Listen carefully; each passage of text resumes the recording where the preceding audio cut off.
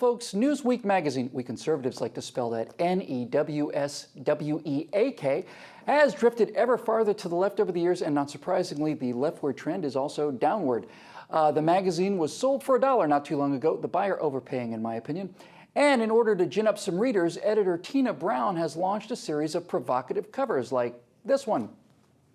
Oh, look at that, Queen of Rage, and there's Why Are Obama's Critics So Dumb? And The First Gay President, and Why They Hate Us by serial, what's his name, Fareed Zakaria, the famed plagiarist, and The Wimp Factor, and so on and so on and so on.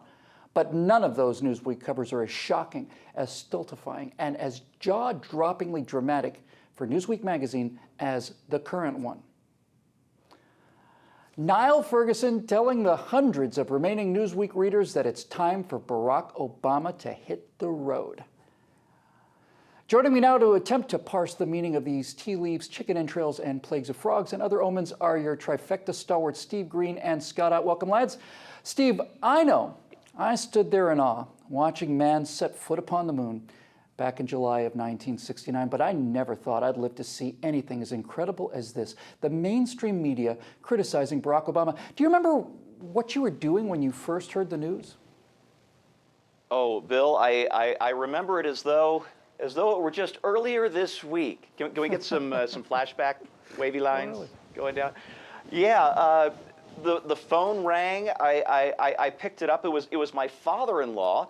He told me, quick, turn on MSNBC, and I did. And they were showing this cover. It was a thrilling time. It was a dizzying time to be alive. So I got Melissa and the boys, and I packed them in the car, and we drove down to the newsstand so we could see it for real. We couldn't believe that maybe this was some kind of hoax. We had to see it with our own eyes.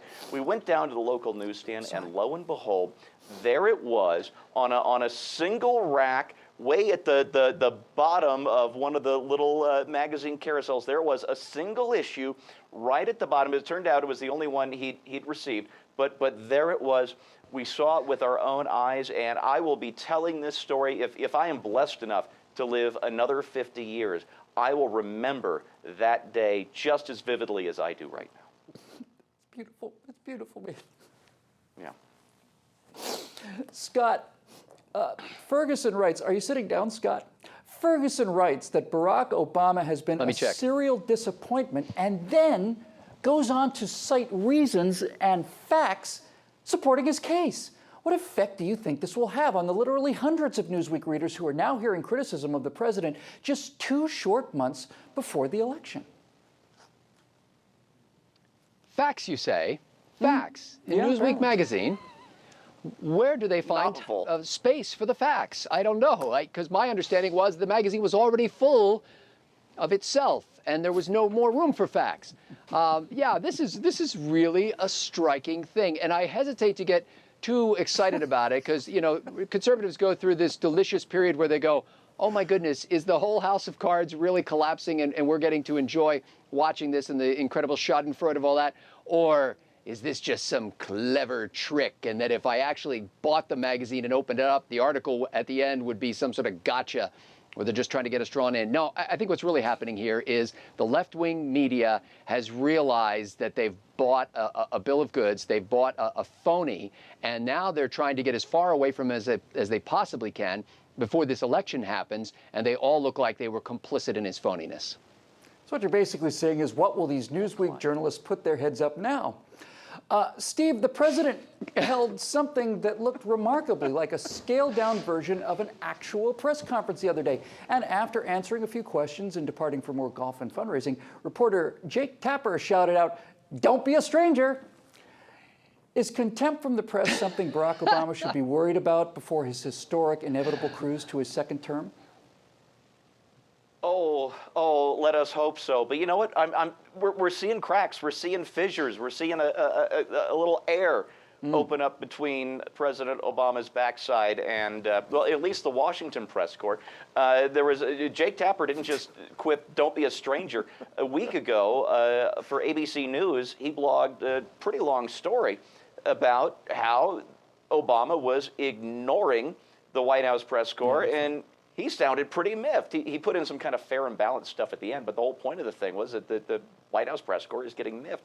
Politico did a similar story on Friday or Saturday late last week, and now the story broke on Tuesday morning that the White House is trying to tell local reporters what topics to ask him about when he does these softball puff pieces with them. And you know what? You can get away with that stuff. You can get away with some of that stuff. You can either ignore the press or you can try and direct the press. You can't get them to do both. They have their limits, and by golly, he just might have found it.